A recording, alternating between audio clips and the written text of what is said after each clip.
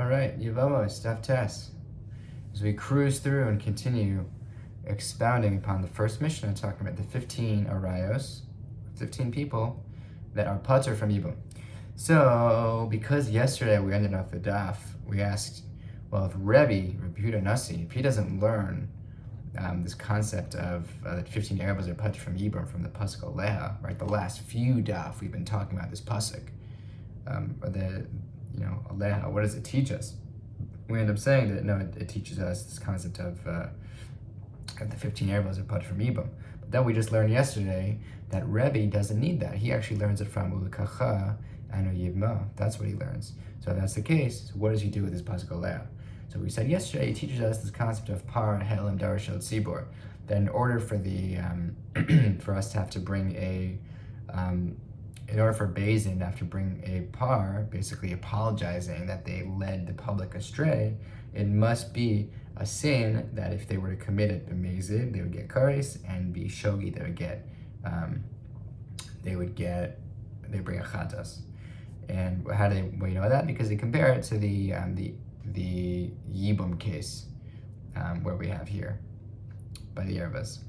So because we mentioned Para Helam Davashot Tzibor, so today we open the daf just by really digging in and understanding in all the situations where people have to bring a Par Helam Davashot Tzibor, what they bring and where we learn it from, whether it be a pasuk, whether it be Gzera Shava. And we learned there are a few different permutations here. The first one has to do with the Tzibor, when they have to bring a carbon. Number two is the Mashiach, aka the Kohen Gadol. He has to bring a carbon. A Yachid has to bring a Chatas. These are all the people who have to bring a Chatas, aka the Par Helam Davashot Tzibor. It could be the Tzibor in general. It could be the Kohen. It could be an individual person. It could be the Nasi. He also could have to bring it. These are all people who have the ability to go astray or to lead others astray. And then even among these designations, we say it could be different if you led people astray for like a stam avera, or if you led people astray for actual avodah zara. And so that's what there's basically a whole graph here. I'm not going to dig into each of the sources, but we really try to understand in every situation. And this is, by the way, it's split up according to between like Rebbe and the Rabbanan, just where they learn out that each of these designations needs to bring a carbon chatas. So that's the first daf, and then, or the first, let's say, amud. And then we ask, like, what does Rebbe do with this pasuk of Torachas? Because the Rabbanan used this pasuk to teach us that that if I did an avera not related to idolatry, I have to bring a carbon chatas. So if that's the case, Rebbe says, Rebbe learns this idea from the Gzera Shava between mitzvos and mitzvos. You don't want to dig into the Gzera Shava too much, but if Rebbe learns it from somewhere else, then what does he do with the pasuk of Torachas? And he explains, no, I need it because if I did something b'mezid and the punishments are different, let's say two separate punishments, even still, if I did it by accident, then it's the same carbon. It's the carbon chatas, which is something that I wouldn't necessarily think. That's that. Now we're going to go back to our topic in Yevamos, and Levi opens up by saying, okay, I know that we said in the Mishnah there's 15 arayas, but Levi says, I think there should really be 16. He doesn't clarify which one, but we assume he's referring to the case of a father's forced wife.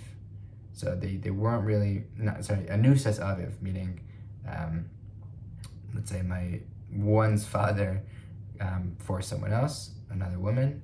Now with the status of, what is that woman's status to the father's son? So he says that's case number 16. So Rebbe gives a harsh rebuke, and he says to Levi, like, what are you, crazy? Don't you know that we don't count cases that are the subject of a dispute? And the rest of the daf is going to be talking about this concept. Basically, we push back on Rebbe. What do you mean we don't count cases that are subject of a dispute? We bring up several different examples of cases that seem to be up to dispute, and yet we still count them. In one instance, Rebbe says, no, it's Isser mitzvah, yes, or kedusha. Rabbi said no, that doesn't count because that's a separate parak. I'm only talking about this parak. So then we say, there's a machlokes b'Sham b'Hillel about saras la'achin, your brother's co-wives, and we say no, it's not a machlokes. When B'Sham and Hillel argue, it's not really an argument. Beis Hillel is always right. Then we say, okay, Eishes Achib Shilohaya Olamo. Let's say in a case where where a brother, let's say a man marries a woman, and then he dies, and then his mother has another baby. So that baby is now eligible for Yibam, but he was Shilohaya Bala Olam. He wasn't alive at the time the brother passed away. So that's a certain case where there's a big machlokes in Rabbanan and Rabbi Shimon, but we also count that. It's in our Mishnah. So Rabbi pushes back on that one. He says, no, it's not really a machlokes in that regard, because there are two separate options, and we do hold by one of them. So it's not a real machlokes. Then we bring up again. We say Rabbi Chia has a din. He says for all the 15 arayos, and this is going to come up on a later daf, but in all the 15 arayos, there's this concept of asher lezeh mutaras lezeh and vice versa, meaning there is the possibility. This is a wacky case, but let's say there are two brothers who married, there are four brothers, and two of them married two sisters.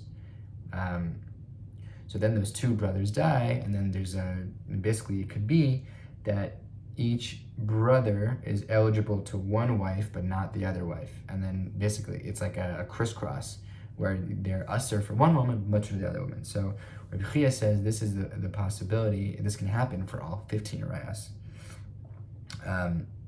But this sort of proves that the Mishnah does deal with disputed cases. So in other words, we're still trying to push back, we're still trying to defend Levi by deflecting Rebbe's argument, Rebbe's attack. And lastly, Rebbe says, no, I don't agree that all cases are included. Only certain ones are included in Rabbi Chia's din. So now tomorrow's daf, on Daf Yud, we're going to go back and try and understand how Levi could have said there are 16 arayos, including ones that are subject of the dispute. Have a great day.